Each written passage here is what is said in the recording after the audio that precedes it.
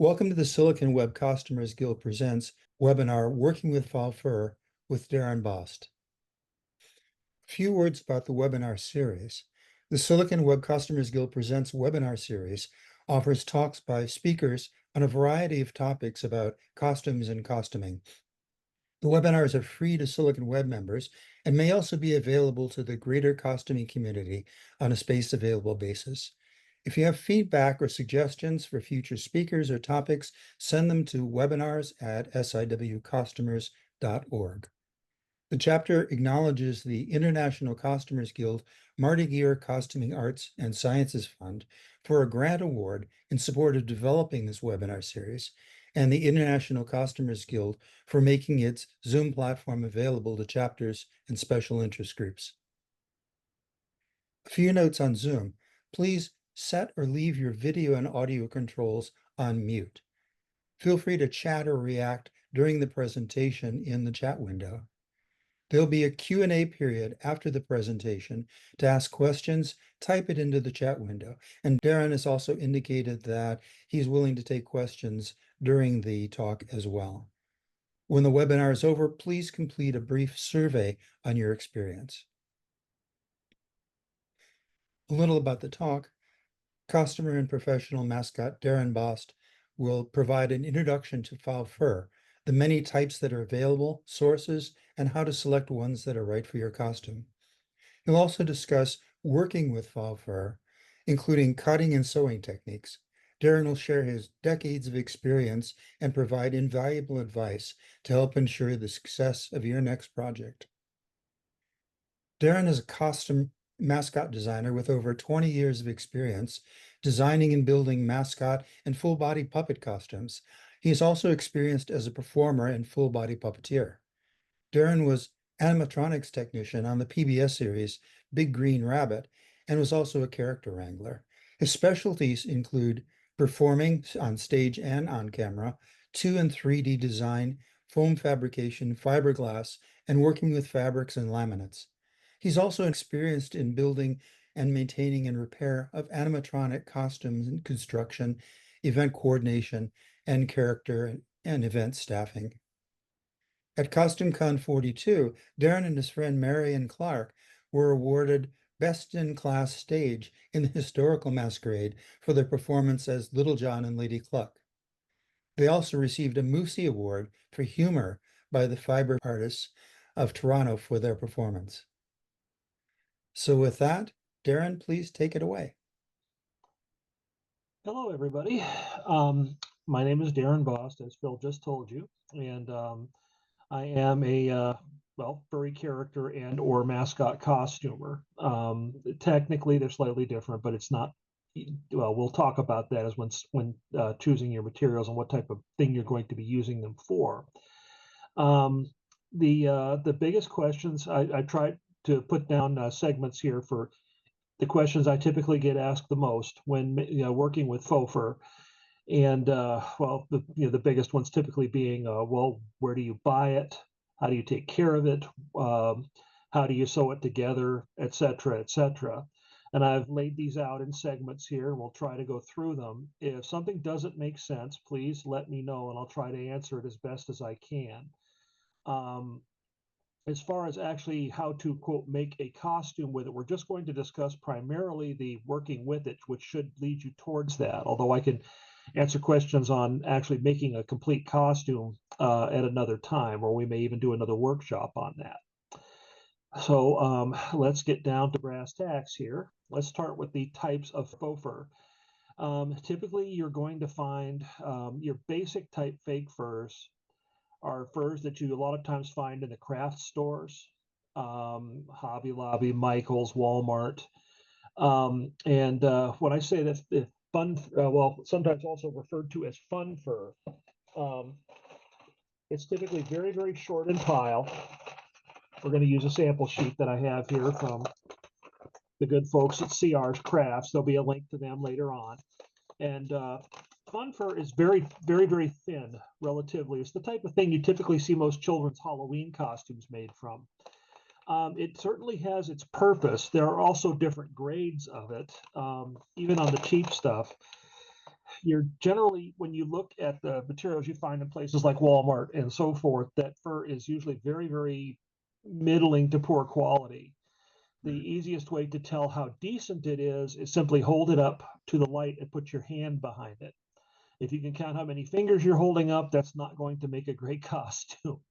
The weave is very, very thin, and typically it won't survive more than 1 or 2 wearings. If that's what you're looking for, then that will certainly do the job. But if you are trying to make a costume that will last, you need to make sure that it is a little bit higher quality fur. You do get what you pay for most of the time, unless you go to Joann's, because they're charging an awful lot for very, very poor quality. Forgive me, not to mention brand names here.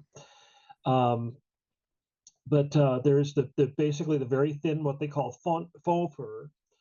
And then you're going to start getting into other designations of fur. There is fox fur, which is typically long, yak or shag. I've heard it called any number of other things. Kinky shag, Muppet shag, which is very, very long.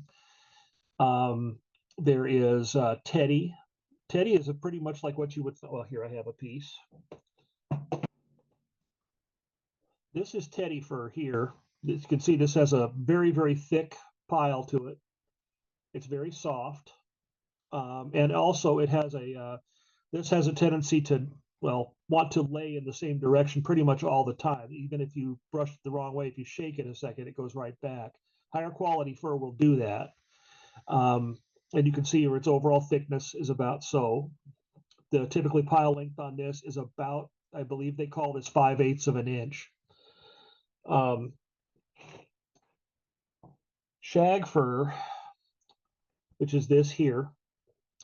This is, I get this from a company called Big Z. This fur is about 2.5 inches, 2 inches in pile length. Pile length means exactly what it says. It means it comes from basically from the fur itself all the way out to the tip. And I would recommend also when buying faux fur that you go to the various companies or see the company that you are planning to buy from and getting their sample cards. If you plan to do any major, you can usually get just individual samples, but if you plan to do a lot of work with faux fur, I would highly recommend buying the sample cards. They're not cheap anymore, but they are definitely worth having because you'll always have them as a constant reference. And also make sure that you get the sample cards for the different lines of fur that company makes. This is the short pile, like I talked about here. This is getting into the shaggier stuff. Again, this is still what we would call, this particular type is still a fun type fur. You can tell by looking at it. Sorry, forgive me for jumping around. But they'll have sample sheets on basically all the types of fur that they offer. And if you are a regular fur buyer, or even if you know you're going to do it in the future, it never hurts to have samples. Okay, let's see. We've talked about mink, or we've talked about shag. We've talked about teddy. Fox, I don't have a good example of fox fur on hand.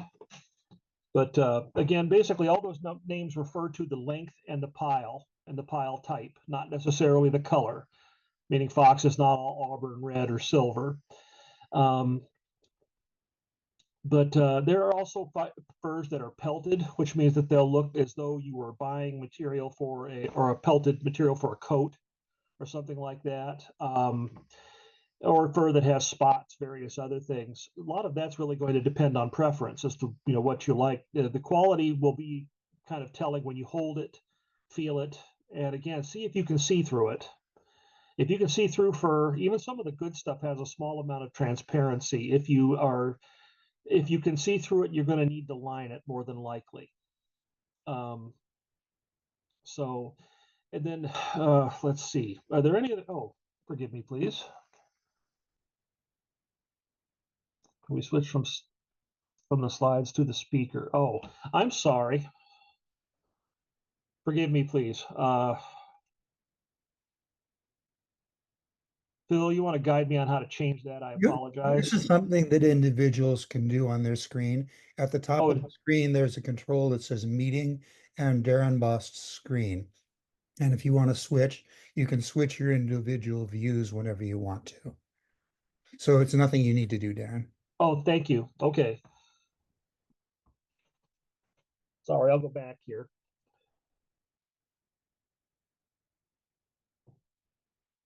Now, before I go much further with this, as far as the different types of fur, some of that's just simply going to come with familiarity. But when picking the type of fur that you're going to use, most of that is going to depend on application. This fur is not better than this fur, it's different. So again, just like you're picking fabric for something, I'm not exactly sure how to continue with that, but basically the different types is simply are terminology that you'll need to learn to use if you buy a lot of fake fur. As far as brand is concerned, there isn't, I've bought fur from a number of different suppliers, and everybody has some fur that's amazing, some fur that's not so great. And also, I should mention that occasionally fur does dip out a little bit as far as the quality, even from the same manufacturer. Okay, we have someone questioning on how to change the view. Forgive me, that's not my wheelhouse here. Okay. All right. Let's see. Okay, as far as now that covers, as far as the types of briefly the different types of faux fur. One thing I should mention also is that all faux fur is pretty much plastic. It's usually an acrylic fiber. And so therefore, I don't really have anything that is necessarily there's not any natural fur fiber unless you actually get real fur. I've seen furs occasionally with a cotton backing or a rubber backing for like baking bath mats and things. Rubber backed fur, stay away from it. You cannot sew it together. So, okay. All righty. We still here? All right. Anyway, but oh, there we go. Okay. All righty. No, that I think covers selection of fur type. Selection of fur type really has more to do with what you're going to make. Forgive me, I've lost my window. There we are. Okay, it has more to do with what type of thing you're going to make out of it. Are you looking for a pelt? Are you looking to make a fur coat? Are you looking to make an animal? And so forth. And most of that comes down to judgment as far as that goes. Trying to think of what would be. Does anybody have any questions on the selection of fur types?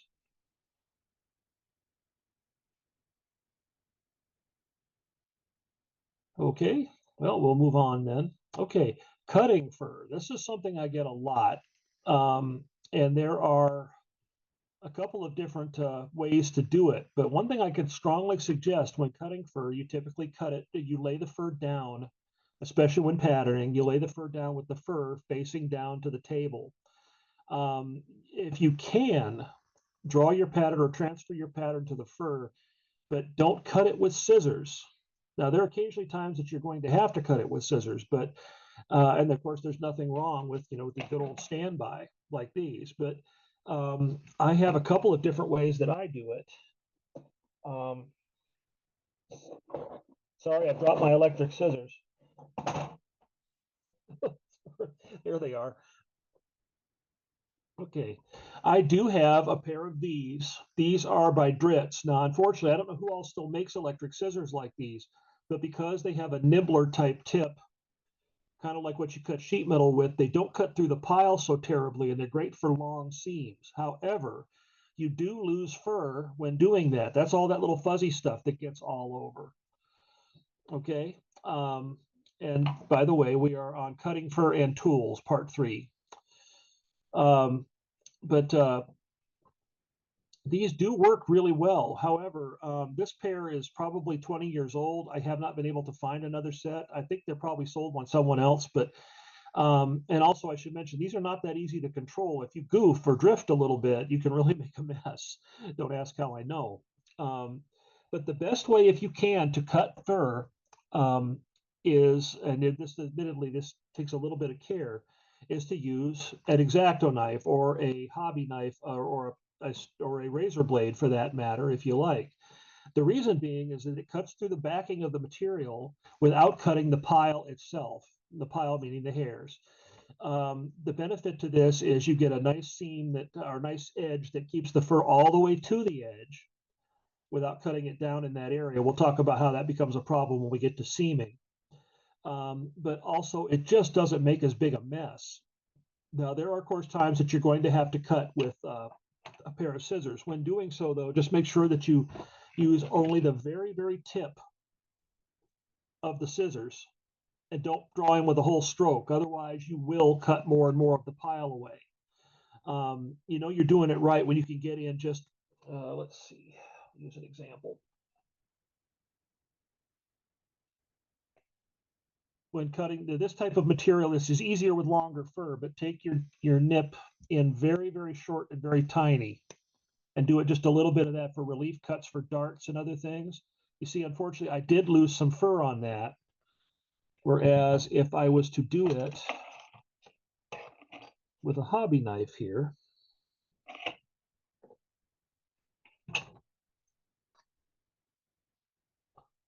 as I'm going to show you here, and I cut from the back. This is obviously easier on a tabletop, but I can cut straight down there. And I really you only lose the fur where you are actually cutting through the backing, but the fur right up to the edge of the seam is right there. That will make it much, much easier when you are seaming the fabric together. Because if you cut this pile away, the seam will be that much more noticeable and that much harder to make disappear. So, but yeah, if you can, that or a razor knife works very, very well. And also, if you care about your table, make sure that you get something underneath it. But I found that an X-Acto knife works really well. I like this one just because this one will not roll and it has a cap that stays in place. If you want to know where to get that one, let me know and I'll be happy to tell you. Let's see. Oh, yes, and you can use a rotary cutter as well. I've just generally found that fur will dull the blades on a pair of scissors like nobody's business. And I haven't found a rolling cutter to work incredibly well because also it requires more pressing down of the material, which can sometimes distort the pattern while working with it. But a rolling cutter does work primarily on the shorter furs. Longer fur, you really need a razor knife works best. And then let's see. Okay, it goes to cutting and tools. And as far as scissors, again, just make sure you have a good sharp pair of scissors. Obviously, you'll make better cuts that way. I think most people who sew know that already. Forgive me.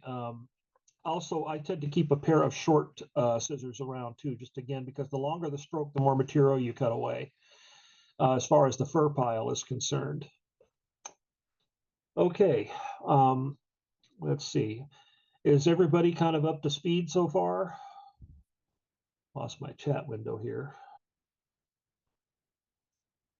Phil, are you seeing any questions? I'm not seeing my chat window for some reason. Oh, no, there it is. Okay, sorry.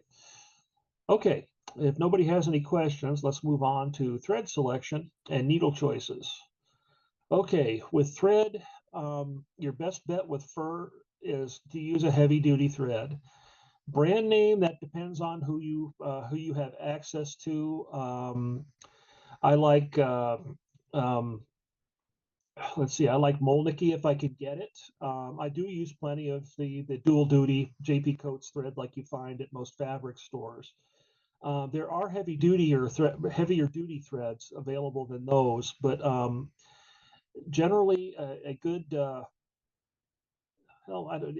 bet if the seam especially has to be very, very strong, is just to use a good heavy duty thread, not embroidery thread necessarily, but something that has good tensile strength. In other words, if you can't break it easily with your fingers, that's probably the best way to go with it. I don't have a particular number or gauge on that. It's just I tend to, I usually use serger thread a lot of the time. Also, make sure that the thread is fresh and relatively new. If you have natural threads, after they've been sitting for a few years, they do dry out. And That doesn't necessarily mean anything for most regular clothing, but with fur especially, the stress on the seams is fairly extreme. It can be, depending on if it's a suit you're actually going to wear or if it's a garment. I just recommend making sure that the thread that you have is relatively, if you'll excuse the expression, please, fresh. I've also seen people sew with nylon fishing line, other such things. Oh, and I'm sorry, forgive me. Going back just a moment, the same cutting tools for real fur? Technically, yes. Generally, most real fur is cut with a knife, or again, just a very, very fine, very short pair of scissors. Again, because you don't want to cut too much of the actual pile away, because the fur is not going to stand straight up while you're cutting it. So yeah, if you can cut through, say if it's on an animal skin, cut through the backing of the skin that actually holds things together, that is the best bet. Okay, did that answer that? Yeah, and a rotary cutter, I don't know if I'd recommend that for real fur. I have not done much work with leather, and real fur on a real pile. A real fur actually would have more or less a leather backing. So, but yeah, anyway, okay, but yeah, as far as thread selection goes, just make sure you use a decent, high quality fab or thread. And for instance, the obvious suggestions are the bits of knowledge, like if you're sewing white fur, don't use black thread unless you have to go back in and chase the seam for some reason. Sometimes when tacking a suit together, I'll use a very, very loose stitch and a high contrast thread because I know I'm going to have to take it apart again. That makes it much, much easier to have to go in and rip it out and remove the thread. That doesn't happen often, but nonetheless, if you sew it with a tight stitch and a color thread that matches the fur exactly, you may make a bigger mess trying to take it apart than you would otherwise. Also, depending on the fur, the backing of the fur generally is going to prefer a tight stitch, meaning keep your stitch length short. If you are not sure when you have the material together, grab a seam and pull it, and if you can see the stitches, if you can actually see the cross threads coming through there, you probably need to stitch it just a little bit tighter. Otherwise, that is going to rip. Generally, I mean, you can if you get down really, really deep in there, but it's generally a good idea to try and, again, keep your stitches tight. Also, make sure that as you are sewing along on fur that you backstitch every few, I would say 6 to 8 inches, only because something about fake fur, whether it's just the acrylic nature of it or whatever, if you break a thread somewhere in there while using the costume, that thread will pull out pretty much the entire length of the thing, even unless you're serging. But serging fur is a different thing entirely. We'll get to that in a few minutes. So it's a good idea to backstitch every once in a while to lock your stitches down and at least keep any rips to a minimum. Also, when sewing, let's see, okay, no, as far as needles, excuse me, we'll get to seaming here in a minute. As far as needle choices, that again depends on the weave of the fabric. I typically sew with the really heavy furs. I tend to, and especially the thicker the fur is, usually the thicker the needle, the bigger the needle needs to be. I typically sew with a 16 to an 18 gauge needle. But with some of the very fine furs, I've used as a 12 or a 10. Sometimes that just has to be experimented with as to what works best on your machine and for the type of thread that you're using. As far as the machine goes, and as far as brand name on needles, just get good ones. That's really all I can say there. Again, I don't want to start pushing brands here since this is being recorded. If you want to know my personal preferences, you can ask me those. But as far as the machine you're sewing on is concerned, if you do a lot of fake fur work, I strongly recommend that you look at getting a machine that has a walking foot, because trying to horse, no pun intended, material through a machine and trying to pull on it will guarantee you a ton of broken needles and possibly damage to the timing of your machine, depending on what kind of a machine you have. You can sew fur on just the most basic sewing machine in the world. You just have to be very, very patient with it and only go as fast as the machine will allow you to go. The thicker the material, the slower that's going to be. An industrial machine is wonderful, but it's not necessary. I mean, I have an industrial machine and it will sew two pieces of sheet metal together, but if I need finesse, I can't use it because it will also pull your arm through it if you're not careful. That same goes for sergers too. The serger I have is just a standard small home unit, a Genome, and it actually works with fur reasonably well up to a certain thickness. I have a Columbia Industrial for the bigger, heavier stuff, and I really haven't ever hardly used it. And also one benefit to serging fur together is that you can actually get an almost invisible seam with it, but that takes a lot of practice, and I can't always guarantee how well it will stay together. I've done a suit that way. It was beautiful for a little while, but the stitch didn't hold really well. It did not have a great grip on the backing of the fur, and also because fur technically is a knit, that edging will start to come apart sometimes as something ages. Now, this is for something like a stole, or again, something that's not going to have a lot of stress on the seams. That'll still be fine. Probably will stay that way forever. But on one of my costumes, if it's at a crotch seam or an arm side, it's not going to, it won't work as well. So those things I will go back and reinforce stitch, or occasionally put in a spandex gusset to allow for a little movement, which spoils the look a little bit, but generally most people don't notice it. Okay, is there anybody having any questions so far as we go here?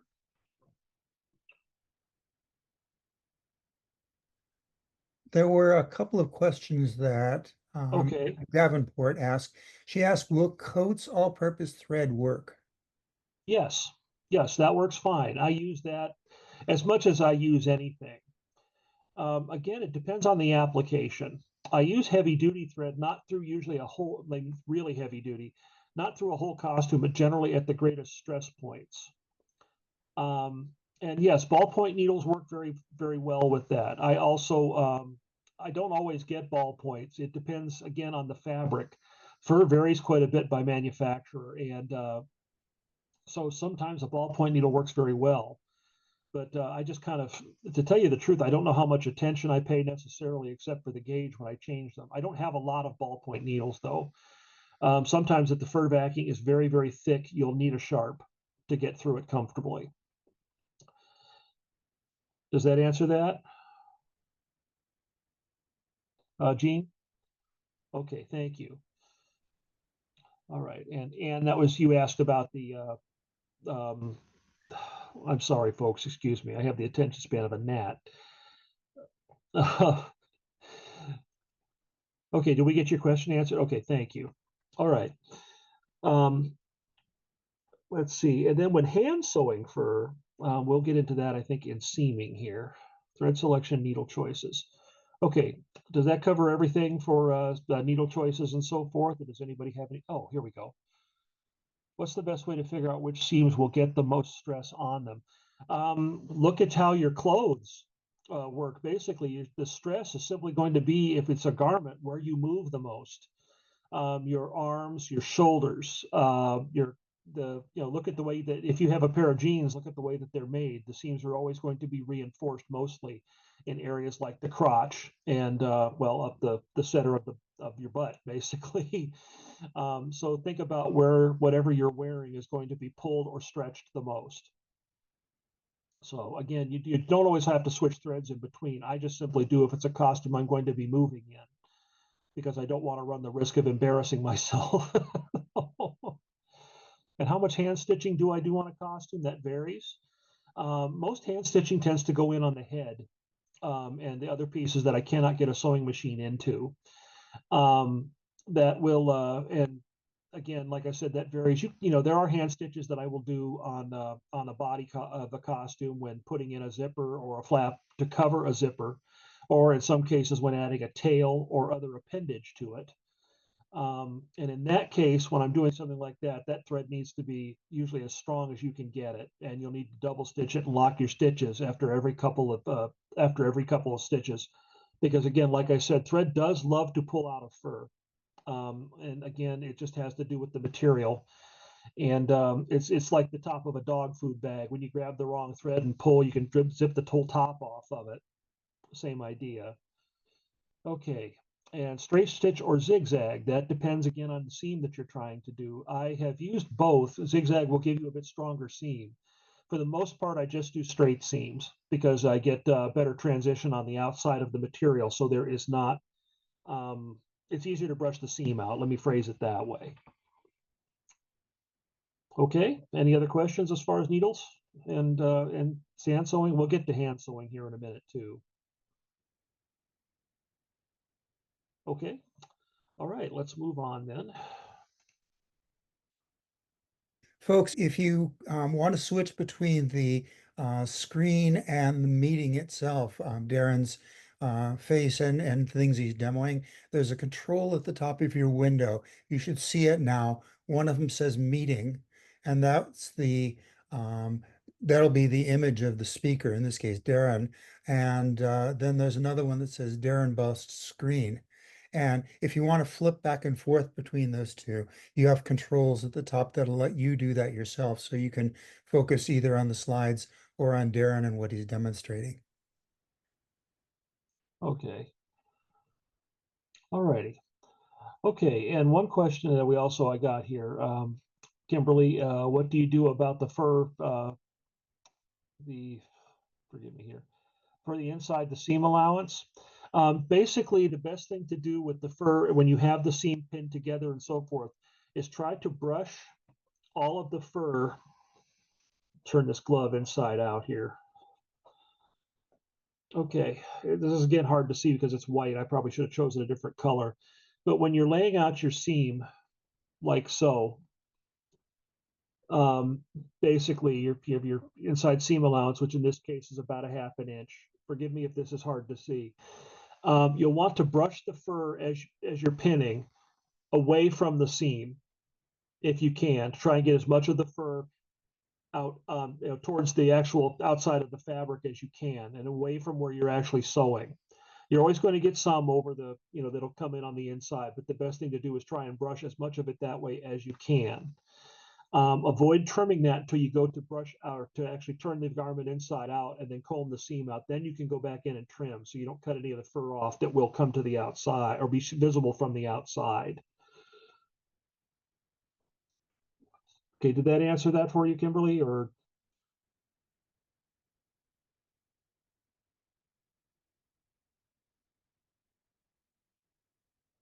okay, thank you. And Jean, did you have another question? Oh, sorry. Okay. All righty. Okay, now this is sewing by machine or by hand. Again, we kind of got into that with the answer to Anne's question. And that's strictly a matter of, well, I know some people that sew by hand and do amazingly well at it. I really prefer not to if I can avoid it, prefer to do everything by machine just because I get a better stitch that way. However, on something like a head, just grab rabbit right here. You can see on the big guy right here. Let me pull back so you can see him. A lot of rabbits' top seams have to be hand sewn because I can't lay the pieces down and flip them over. That gets into head making as much as anything else, which is another subject. But nonetheless, your best bet when hand sewing it together, there are a number of different stitches. There's the invisible stitch, like they used to seal up a teddy bear or something like that, which is there are probably some other demos on that one. I've not actually mastered it, which meaning going across, over, up, across, back, and so forth. A ladder stitch, excuse me. Forgive me, I'm not more well versed on that one. I've still, like I said, not mastered that one. Somebody shows me how, and then I forget. For the most part, I use either simply a back and forth stitch, or you can whip stitch it as well, but keep in mind the thread will be visible on the top unless the fur is very, very thick. And that also makes it hard to brush out because you can snag your stitch and break it. Generally, of course, if you're sewing from the back, if you have just a particular stitch that you like with any other fabric, the thing is still the same. Just make sure to keep the tension on the seam the same. The only issue really with hand sewing fur from the back, for instance, when sewing the backings together, is just keeping the thread tight so you don't end up with a big gap someplace. And also remember to lock your stitches. And do I finish my inside seams with a zigzag? I have in some cases. I've never really had fur ravel on me as far as that goes, at least not the higher quality stuff. In fact, if anything, that usually happens, the backing on fur stays. It's the fur actually itself that comes out of the netting, and we'll talk about that when we get to lining here. Um, so I've not really had a problem with it unraveling, but that's actually a pretty fair question. If you feel like the fur is not going to hold the material well, and an easy way to do that is simply sew a couple pieces together and pull on it, with both hands, and see if you start sew as close to the edge as you can. If that's the case, then yes, I would go with a zigzag on that. And as far as the length of the zigzag, again, you may need to experiment on how far apart the zigs are, if you will. And let's see. Outside of that, I don't always finish the seams unless they're going to be against the skin or something like that, in which case you could use bias tape or any number of things like that as well. That's not really crucial. The only reason I don't is usually because it adds bulk. But yeah, as far as using like fray check or something like that, I've never used it on fake fur. Again, like I said, I've never had a whole lot of problem with it, but a zigzag stitch is a good possibility there. Also, serging will help eliminate some of that. Just keep in mind, of course, serging does trim the material away as you sew, and sometimes that can actually exacerbate the problem. I've only found that to be a problem with cheap fur. Let's see. And does it add to the strength? Um, yeah, I can certainly see that. Yeah, finishing the seams on the inside would definitely make them last longer for some of the reasons that we've already talked about. It keeps the fur from pulling out of the netting or the mesh that it's actually woven on in the back. And again, I've not usually had too much trouble with the seams wearing out in those places. Usually, if I have problems with seams wearing out, it's from the outside. So I would say that's really a matter of preference. It is a nice finishing detail. I just unfortunately tend to work a little bit too fast to make that a priority for myself personally.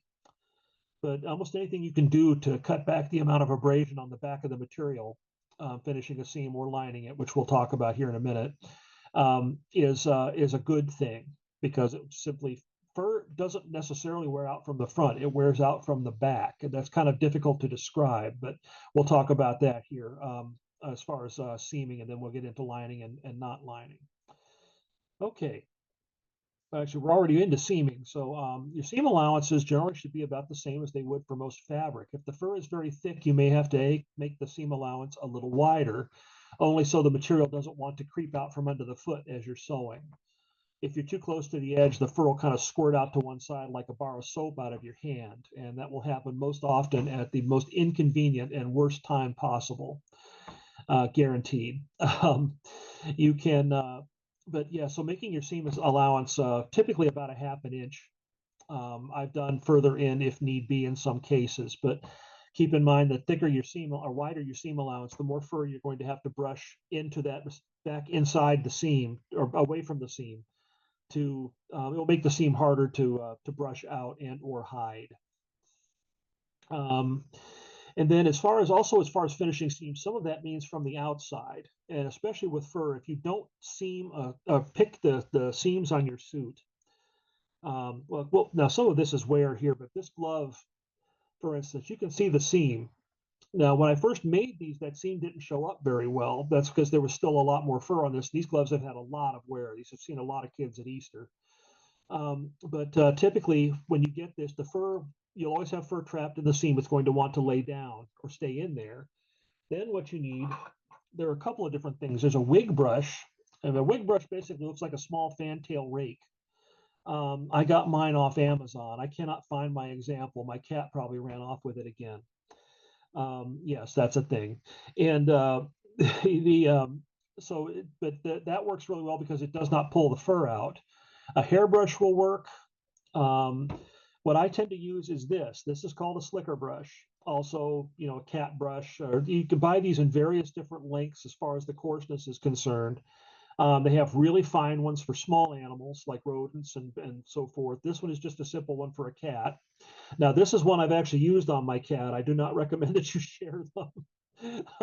Animal fur has oil and various other things on it. It's not something you want to get worked into your costume. I'm using this because, again, the cat likes the brush and she steals the other one off my bench. So I haven't been able to dig underneath the furniture to figure out where it went.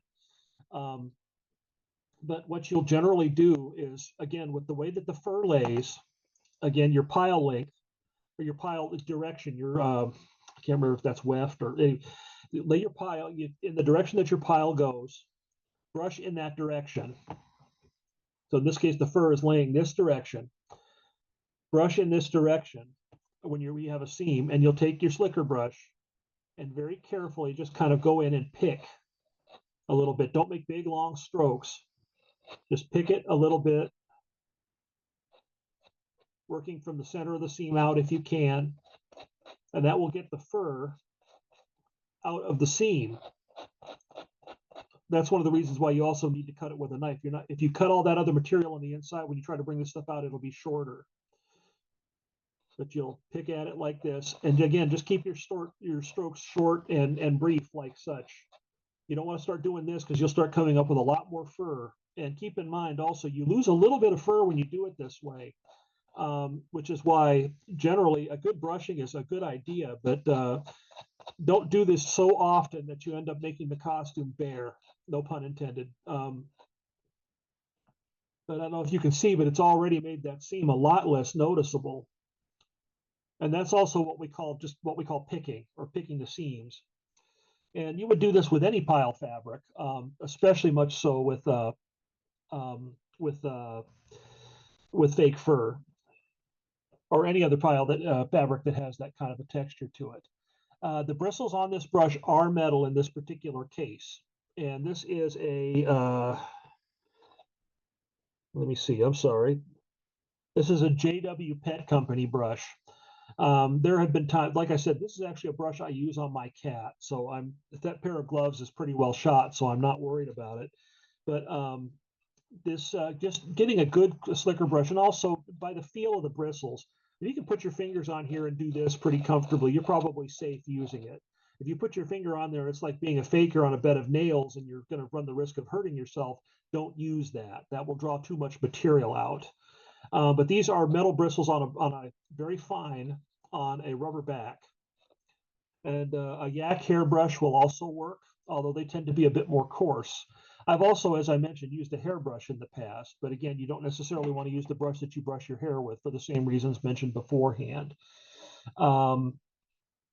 As far as the brand of the brush, honestly, I have purchased these things at any number of places, most often places like Walmart, because they're inexpensive, and either they get lost or I leave them someplace, because I take a brush with me to a gig to make sure that I look good as far as like when I'm the Easter Bunny or something like that. I'll give myself a quick brush before I go out and do my first set with the kids, so or with an audience.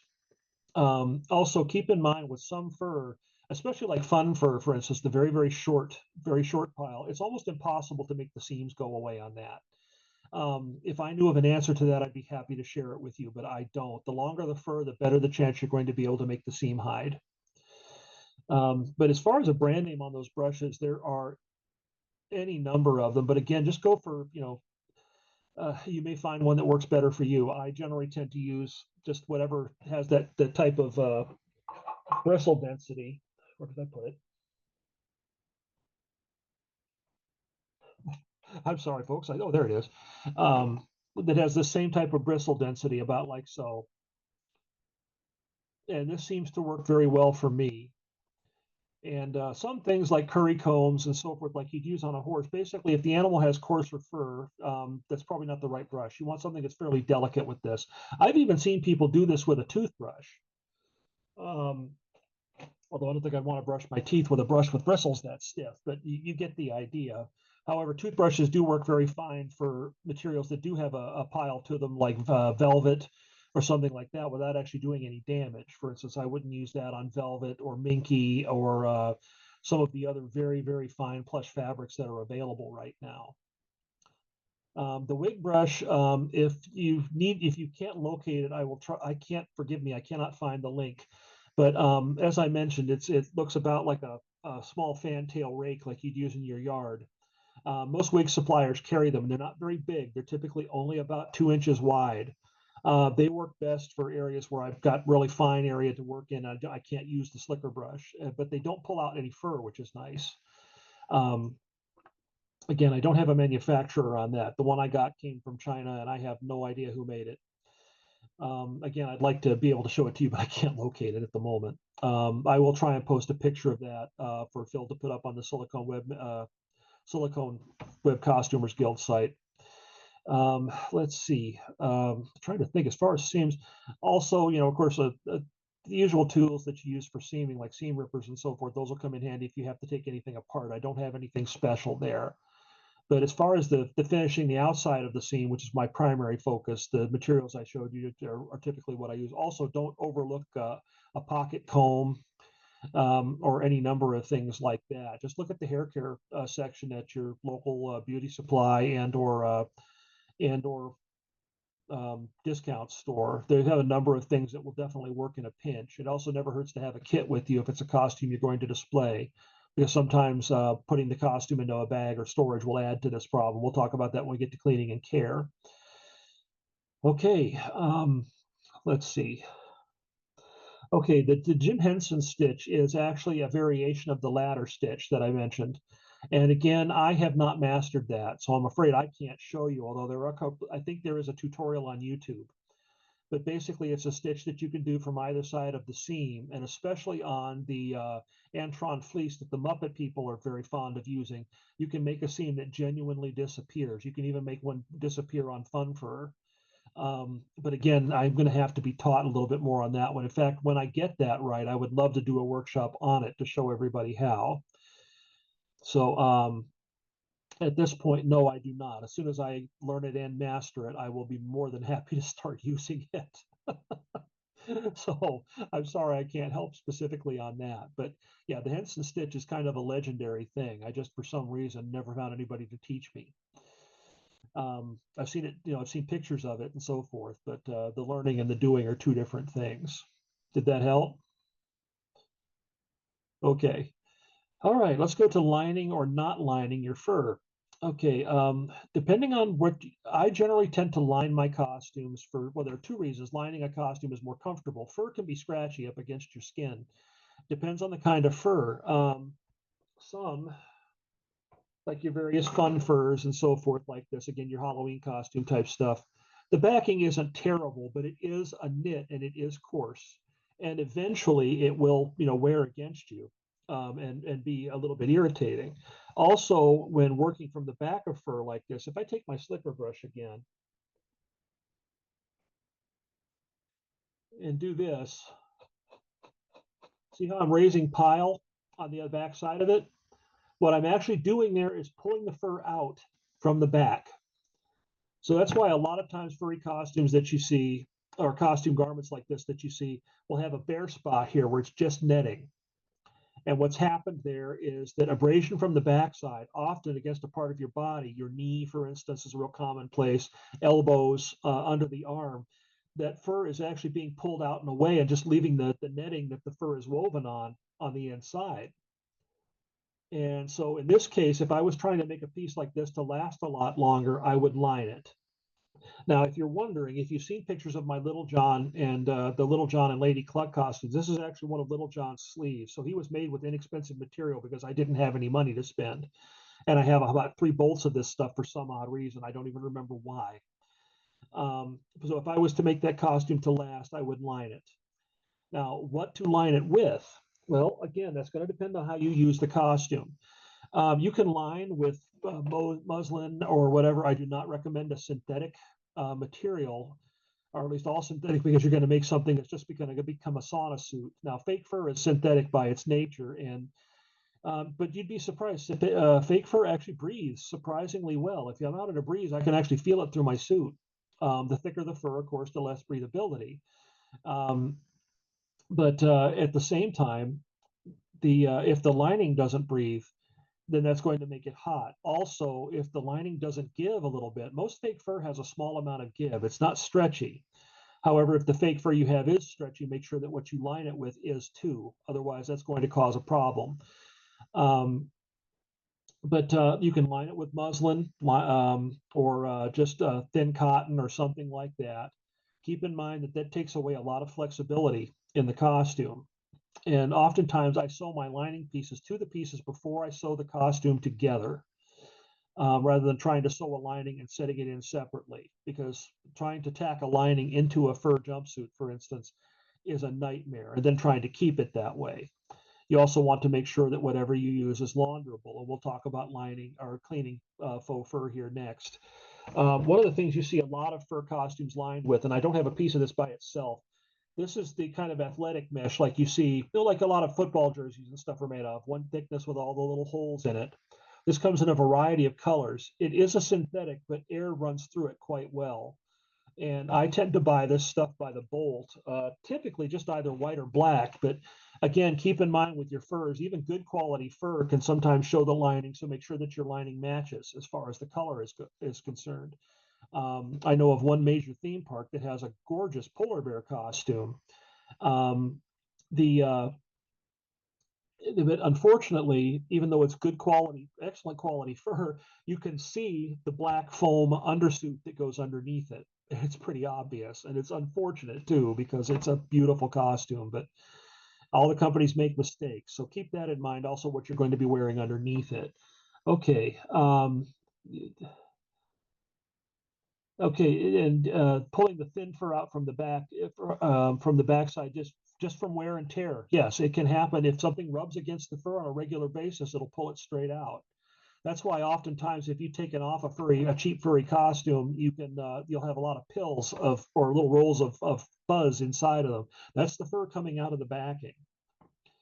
And if you put foam muscles under a suit, generally you can sew those things to the fur. I would highly recommend that you don't sew any padding or anything like that permanently into the fur. You are going to need to clean it.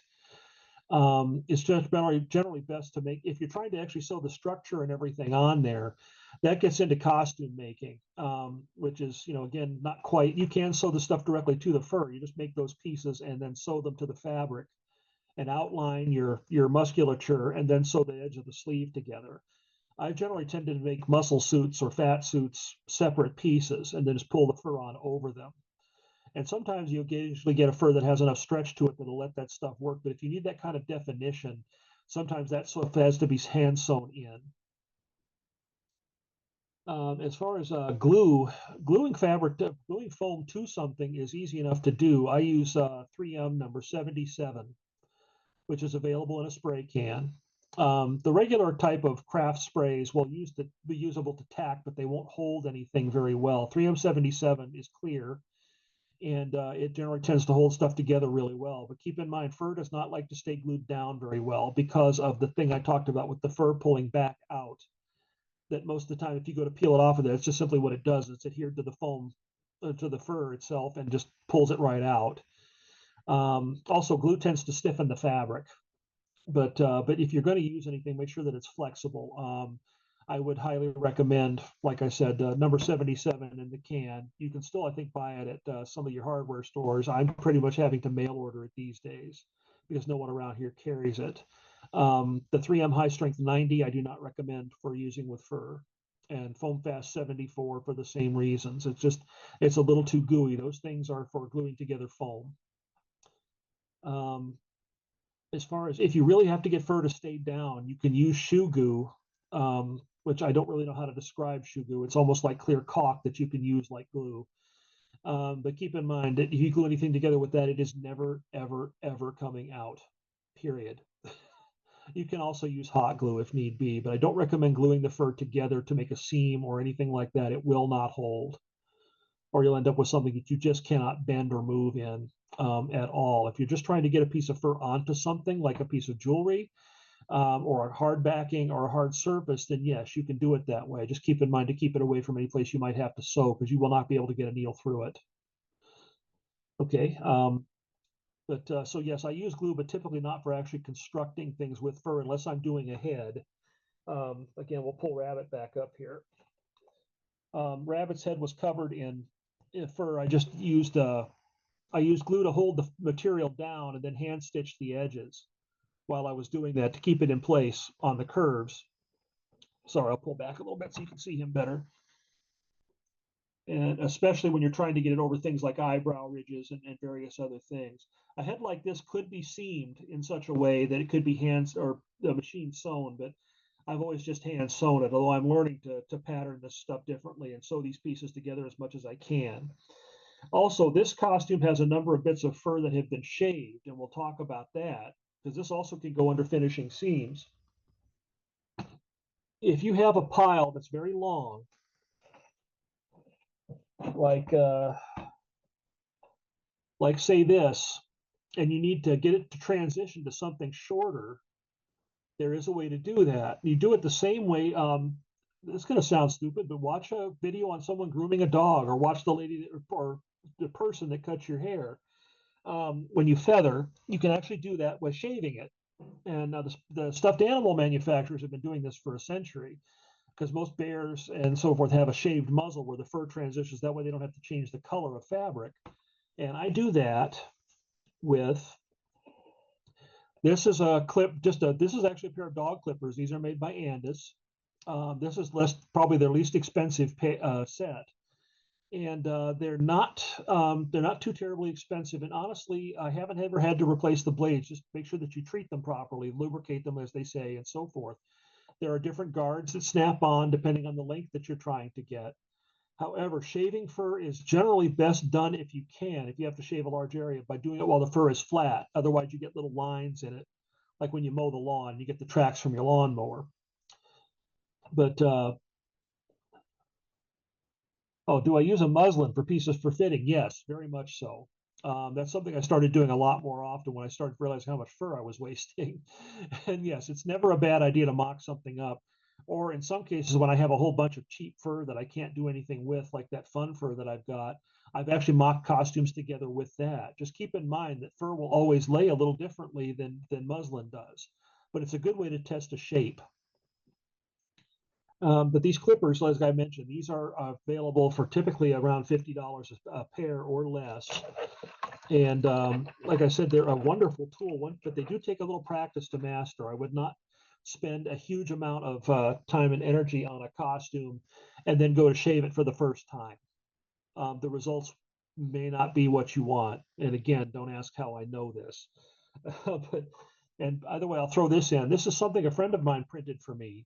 This is this neat little piece that actually Velcros to the back of this. And this has allowed you to hook up a vacuum cleaner hose to it. So as you are shaving, it vacuums up all the little fuzzies. And it's really this is just an incredibly neat thing. She makes this. I'll include the link, or I'll send the link out if somebody wants it, because she doesn't actually sell these, but she offers the file print, a file for printing them. It's a 3D print. And it just fits right on there. And this saves, oh, you wouldn't believe how much cleanup this saves. And fake fur fuzzies are like glitter. They will end up in places in your house you did not know they could possibly go. If you have pets, the pets will carry them. And vacuum cleaners in my house do not wear out. They kill themselves, or they hitchhike away, because I wear them out or go through them so quickly. You're going to need to clean your vacuum a lot. Anyway, and humor. But as far as lining goes, again, I line a costume. I may not line a whole costume. I may simply line it in the areas where there's going to be the most abrasion.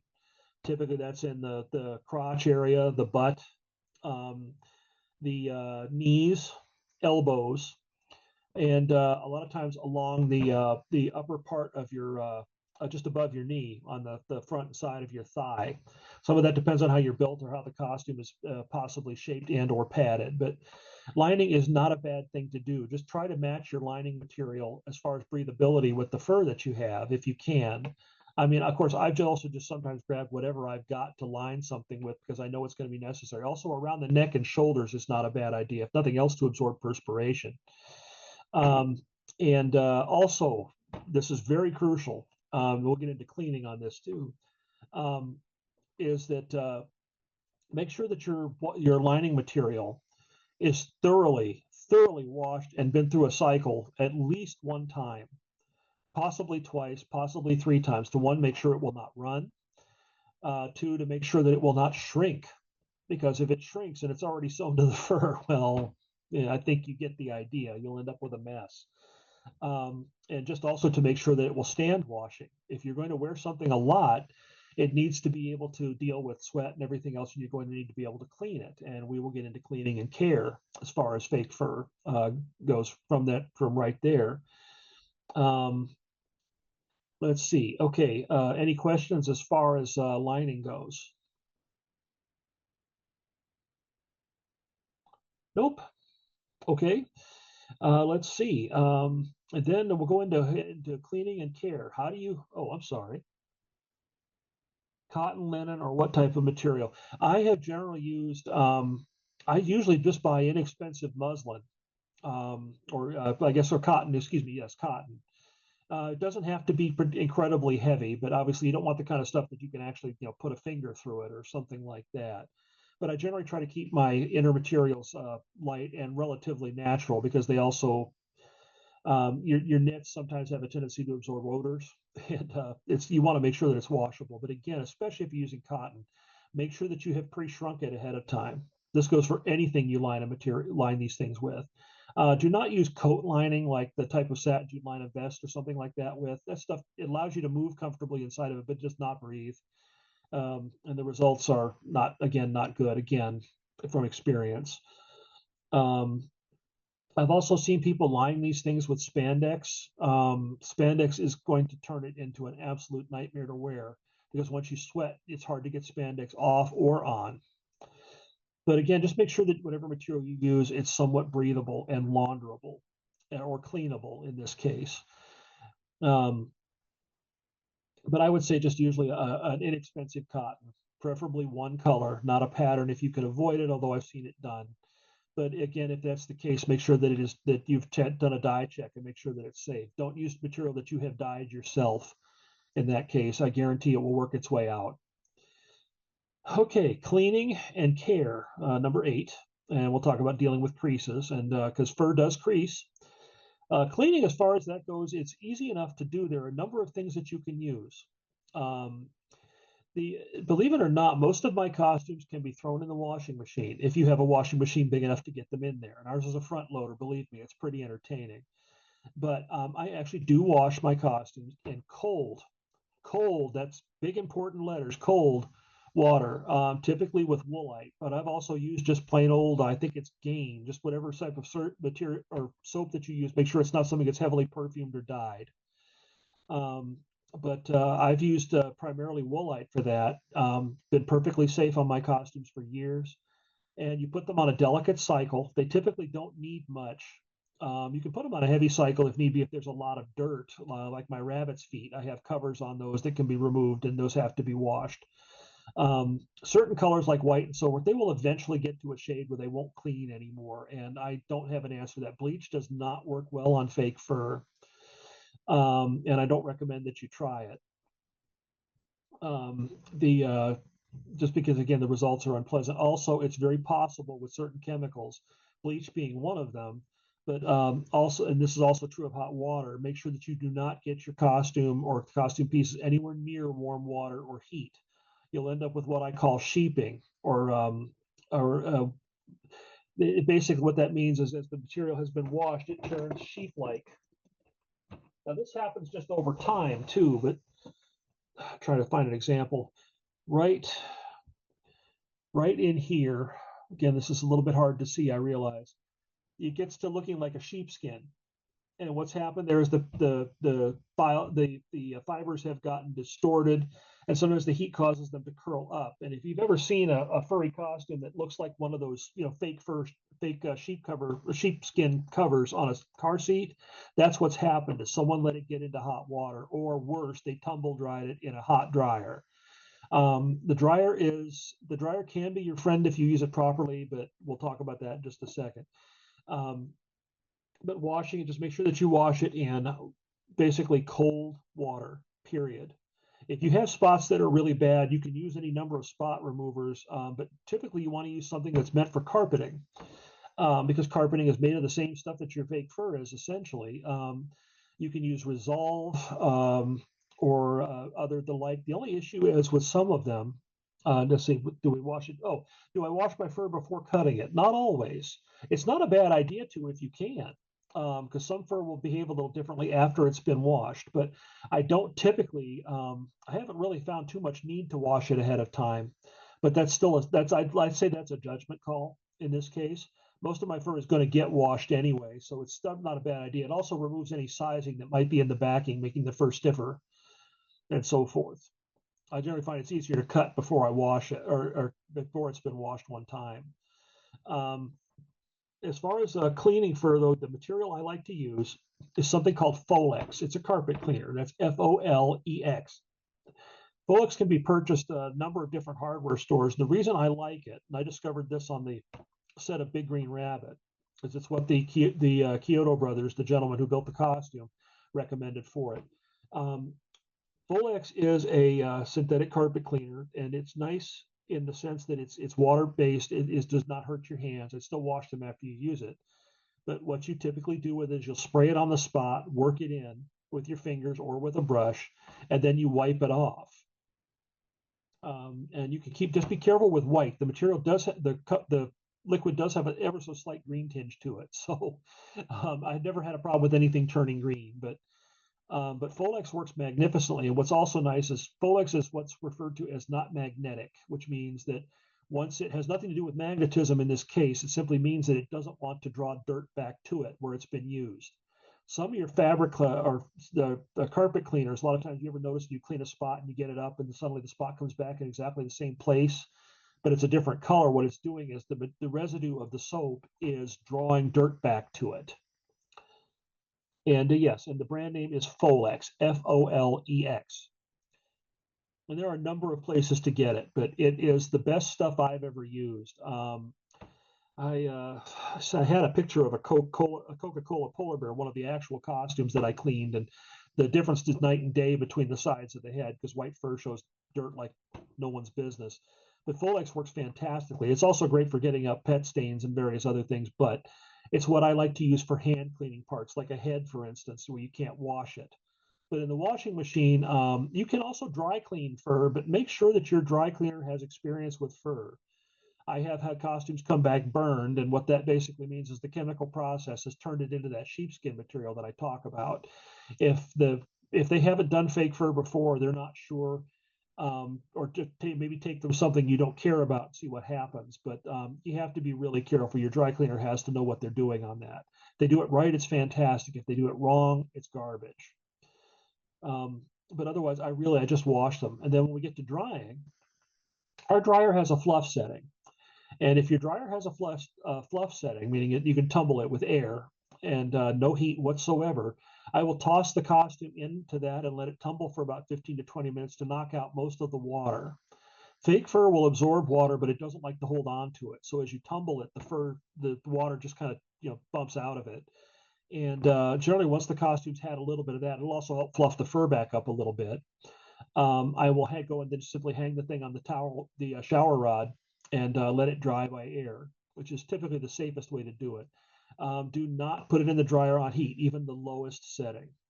Absolutely not. No, never. Don't even think about it. And another way, by the way, if you're not sure if your washer has a cold setting that's perfectly cold, turn the hot water valve off before you turn the washer on. Again, experience. But yeah, drying, that's really the best way to do is to let them air dry. And you can put a fan next to it or something like that. Some cases, your higher quality furs may or may not need to be brushed a little bit afterwards. And if you're doing that kind of brushing, I really just recommend a light hairbrush to brush it out a little bit and go over the seams and so forth, because the seams will mat down as you wear it. But to basically brush those areas out. And also sometimes a lot of your higher quality furs like this, you can just shake it and the pile will lay back out like it's supposed to. As fur gets older, it does have a tendency to clump together a little bit. Regular brushing can stop or can help that. You can't stop it completely. Fake fur does wear out because unlike in animals, it doesn't regenerate. Now, if you have creases, for instance, where you have had a piece of fake fur that's been on a bolt or folded up or worse, wadded up someplace in storage for a long period of time, and you'll get a crease, which is basically the fur will lay normally and then will kind of bump off to one direction and then back the other, but it's noticeable. The easiest way to take care of that, and I didn't know this until recently myself, because I talk about always staying away from these things with heat, is to get a hairbrush, lay the material out as flat as you can, and then with a hair dryer on a low setting, not a heat gun. Do not use a heat gun next to fur. A hair dryer, and you'll warm up that bit of fur there, keeping a very close eye on it. Make sure the material doesn't want to try and curl or anything, and brush it as the material gets warm. And you can make the creases go away as far as that goes. It takes a little practice and it takes a little time. You may have to experiment with it. I don't have a perfect formula for that. But hair dryer, just the little Conair. I've done this in hotels with the little hair dryer they give you in the room from a costume that's been wadded up. And most of the time, creases are going to show, mostly after fur has been in storage for an extended period of time. But if you've had it wadded up tight to be able to get it on an airplane or something like that, you may have to go over it and do something like that with it. Okay, so there is a way to get the creases out of it as far as that's concerned. Unfortunately, if the fur is pulled away from the netting and you have a bare spot, there is no pun intended. You cannot make that spot go away. That'll have to actually be cut out and stitched into place with a new piece. I don't have a fix for that one, not yet. I've actually taken bits of fur fluff and glued them on there when I've had to do something with a costume where the spot would be obvious, but that's a really poor substitution as far as that goes. And then as far as care, your best thing to do with a fur costume or a fur garment is to hang it and cover it if you can. You don't have to cover it with plastic. The biggest thing fur costumes will deal with primarily is dust. They don't like to mildew because it's not a natural fabric, unless, of course, you've got a natural lining in it and that lining has been left wet or anything. For instance, once you're done wearing one of these, get it out of the bag and let it air. Because they will stink, but they don't tend to pick up mildew or anything like that. But still, best bet is to hang it. Get yourself some large, heavy hangers. Wooden ones work best if at all possible, because rust will settle into fur. And hang them as best as you can to their full length. I have costumes that unfortunately can't stay that way, that have to be folded up because they are very, very large. And I have to go through the process, like I talked about with the hair dryer, of getting the seams brushed back out on those or the creases brushed back out of those when I do that. But if you can, the best thing to do is hang it. As far as storing it, if you have yardage that you are not using, your best bet is to keep it rolled. Like the same way it comes from the manufacturer, which is on the large cardboard rolls. Sometimes the fabric stores will give them to you. Most of the ones I've talked to tend to guard those things like they're gold. But your best bet is to roll it, because it eliminates the hard edges. So, but otherwise, just keep it covered, keep it dry, and keep it away from. The nice thing is, at least bugs don't like it because they can't eat it. So I've never had any problem with that. But if you have a cat, you may find your cat sleeping in it regularly. Okay, I think that covers all of that. Now, let's see. Now, for color features like spots. Okay, spots or stripes, you can dye them, you can airbrush them in. There are a number of different ways to do that. Yes, forgive me, I should have put a heading in there. Thank you, Ann. Most of the time on your higher quality costumes, stripes and other things are actually laid in as separate pieces, and you can either applique them, or you can actually cut out the shape of the stripe and hand sew that stripe into place. Like on a tiger or something, that is incredibly tedious. However, the look once you're done is fantastic, but that is all hand sewing usually. Not always, but it's keep in mind though that the more pieces something like that has, the more opportunity for failure, but it does give the very, very best look. For instance, a tiger, there are patterned tiger print furs out there, but none of them have the pattern that a real tiger has, at least in terms of when you scale it up to be a person. If it's a stuffed toy, that works. But generally, your spots and so forth can be appliqued over the top. Just keep in mind that sometimes that'll stick up a little bit like a mole or something. You want to shave the area underneath it. Or you can actually make the piece the exact same size, and I mean the exact same size as the hole that you're going to put it in, or the space where you're going to put it, and you'll simply lay the fabric out flat, lay the piece next to it, making sure that the pile runs the same length, the same way, and then hand sew it in just around the edges. There is no quick or really there's no real quick or easy way to do that. As far as dyes are concerned, there are a number of different acrylic dyes out there that you can airbrush with, and or acrylic paints. I use acrylic model paint most of the time. Tamiya, Vallejo, a couple of other brands. Your hobby shop will have a lot of those. I've also seen people use ink. The biggest issue with ink is that it doesn't want to stay on the fabric. It has a tendency to flake off over time. Actually, the paint will too. Just keep in mind when airbrushing on fur, you want to brush it as flat as you can and try to get the paint down as low on the bristle as you can. Otherwise, you end up with if someone brushes the fur the wrong way, the spot disappears or just becomes a big mess. But your best way to get multiple color markings is to, well, use the two different types of material. You could do transition between the fabric and the one color and the other by airbrushing around that edge, which is what most of the major mascot studios do. But again, paint, a lot of people just use acrylic paints, like even the kind of paints people paint miniatures with, because it has a tendency to bond to plastic really well, which is essentially what fake fur is.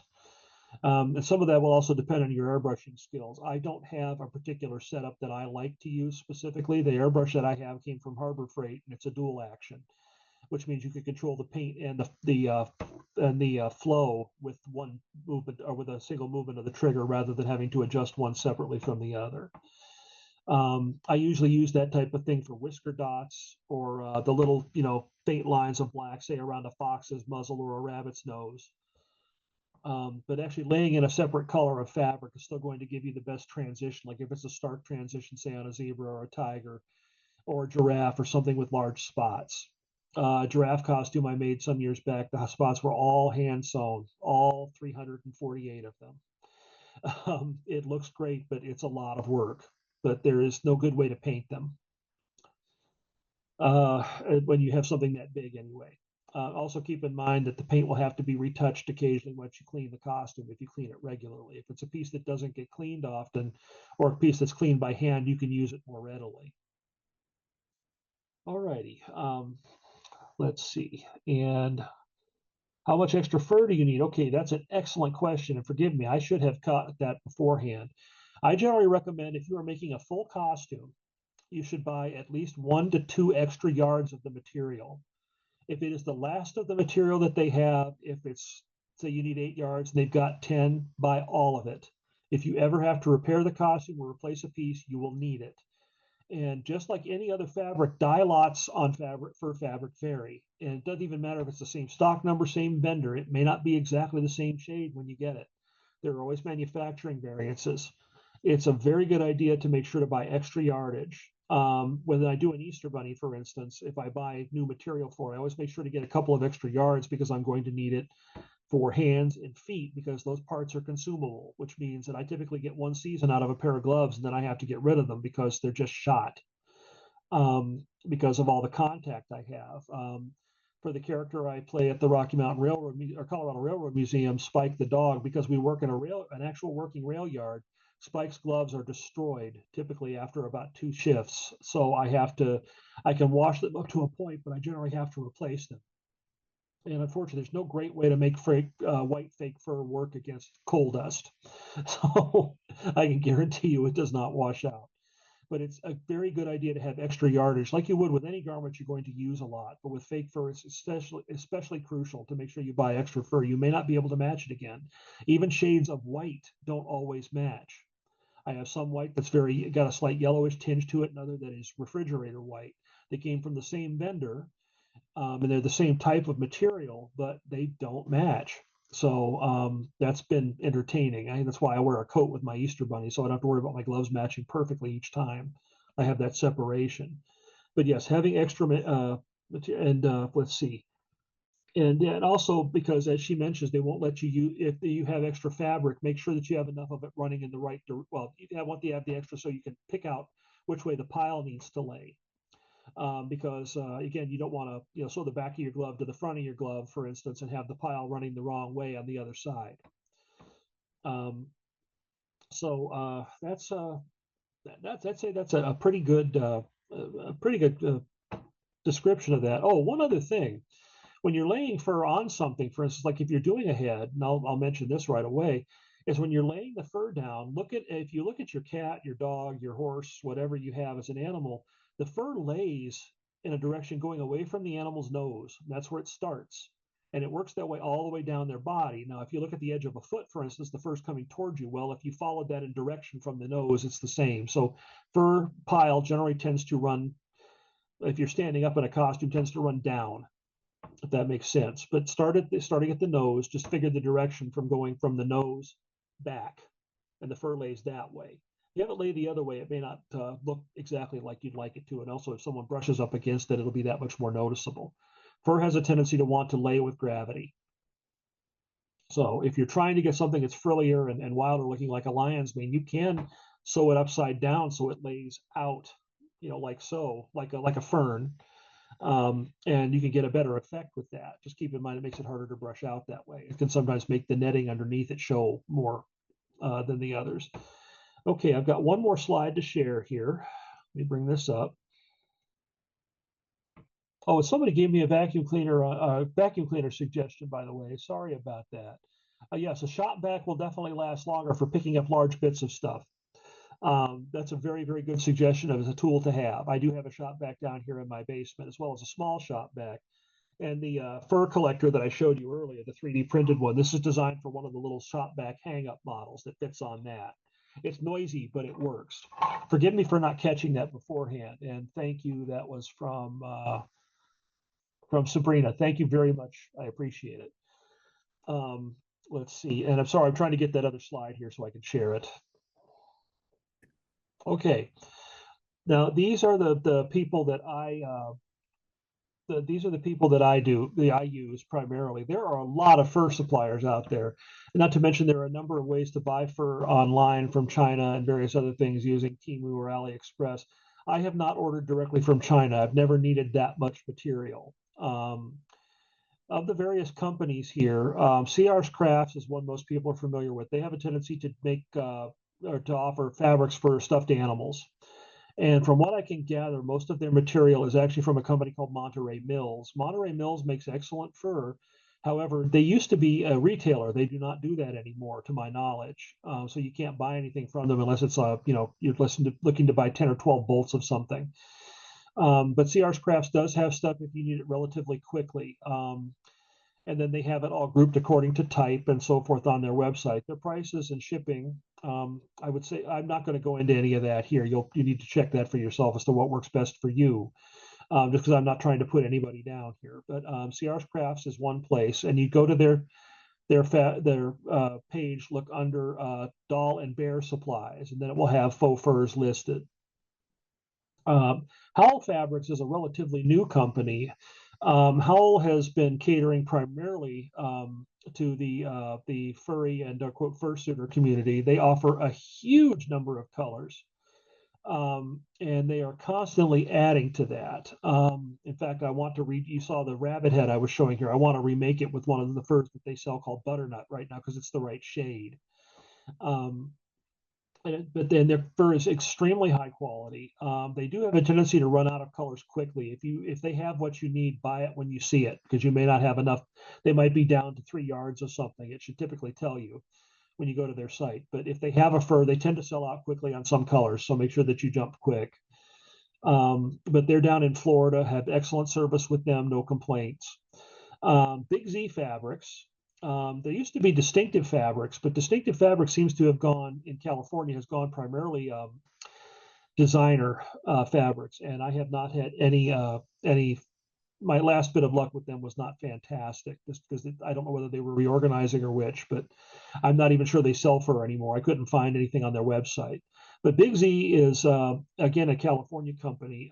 They offer furs in a variety of things. Their website can be a little bit hard to navigate as far as what fur comes in what and what the differences in the material is. There's fun fur, shag, faux, econo shag, or eco shag as they call it, short shag, long shag, muppet, a funky muppet, and a few others.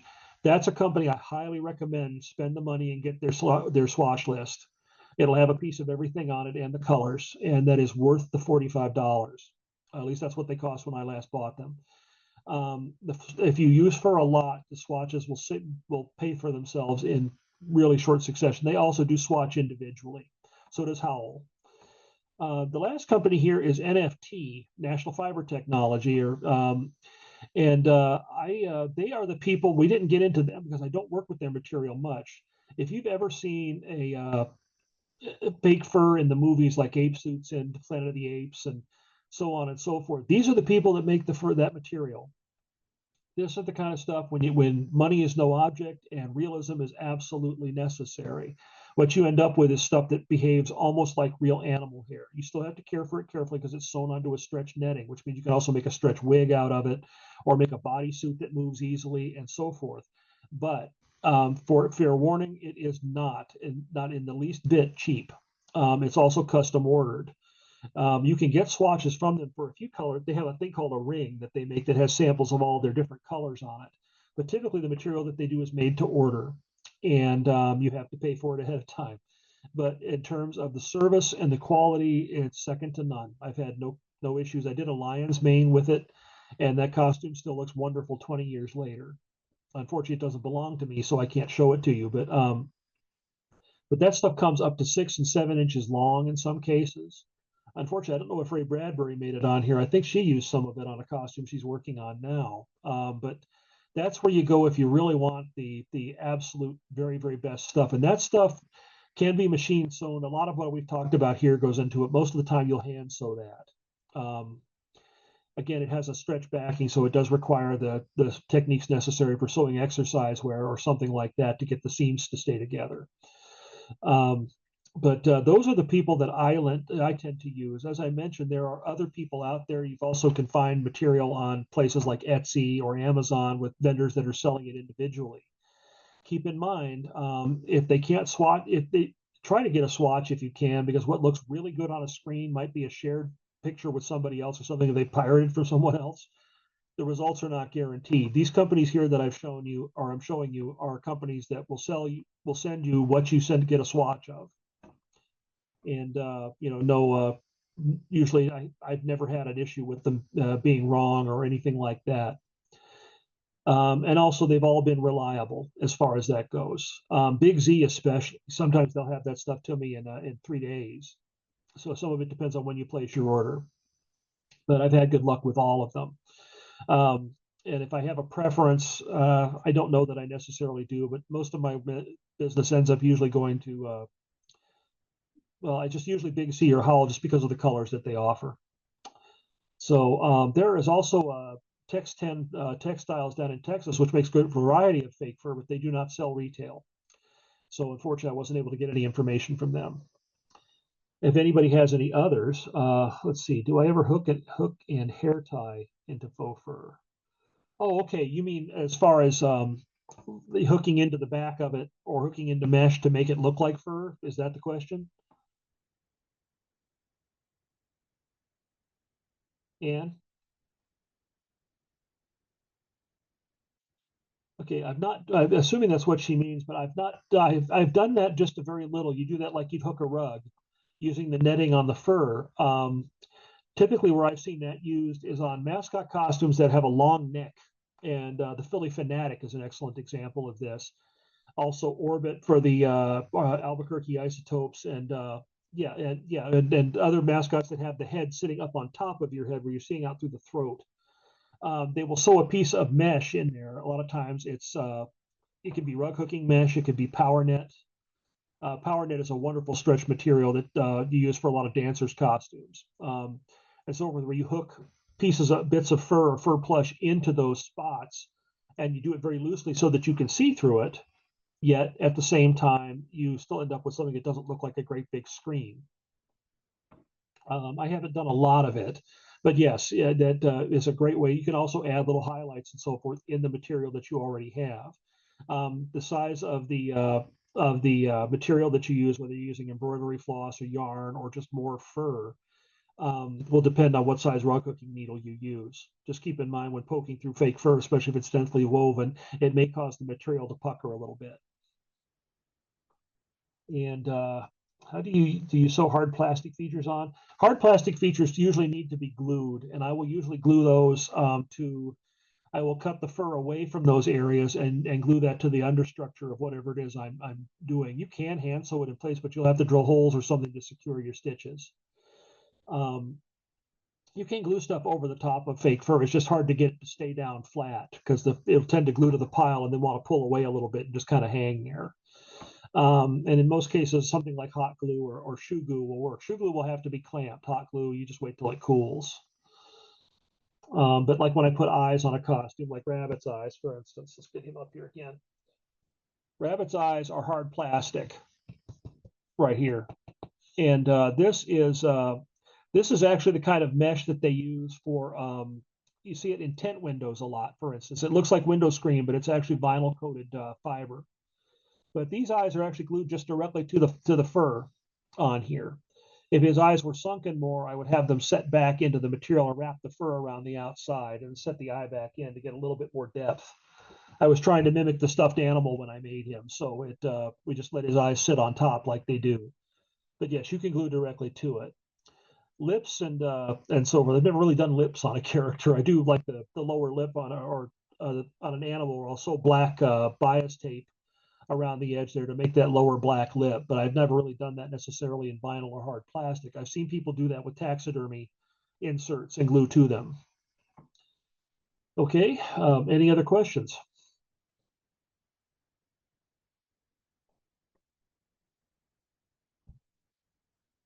How did I get started? Okay, well, I ended up being the Easter Bunny for a friend of mine's church. They had a very elaborate rabbit costume, and I got into it, and I was like, this is fun. I am really enjoying myself. How do I get to do this myself? Well, then I wanted a costume. And it's like, well, okay, I cannot afford to go have one of these made.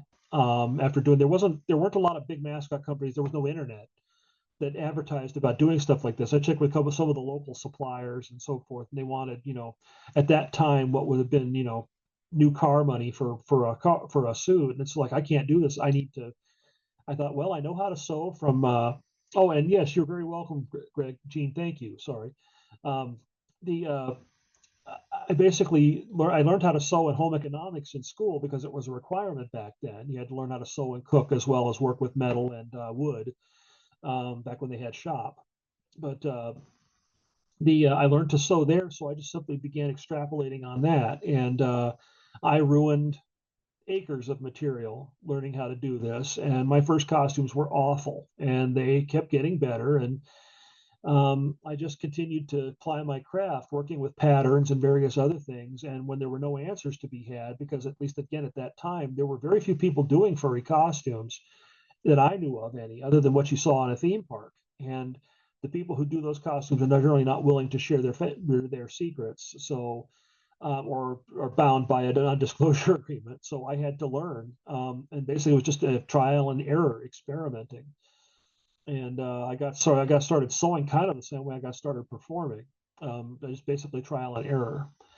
I have taken some sewing classes, and I also recommend, if you are, just learning basics as far as sewing, you can't beat Sewing with Nancy on PBS. She does a really good job of explaining things. There's also a lot of YouTube videos out there on how to sew with fake fur. That everybody's got a little bit different technique. They may not use the same ones that I talked about here. So feel free to use these as a reference, but they're not. This is not the be all and end all. I never have claimed for it to be. But what I have works for me. And if you have questions, you can always write me a note via Facebook, and I will do my best to get back to it as quickly as I can. Direct messages take a little bit, so please bear with me on that. But yeah, that's how I got started, and I just kind of worked my way up. And when I went to my first costume con, my first costume in Albany was not amazing, but I actually won an award with it. Was very tickled pink with that. So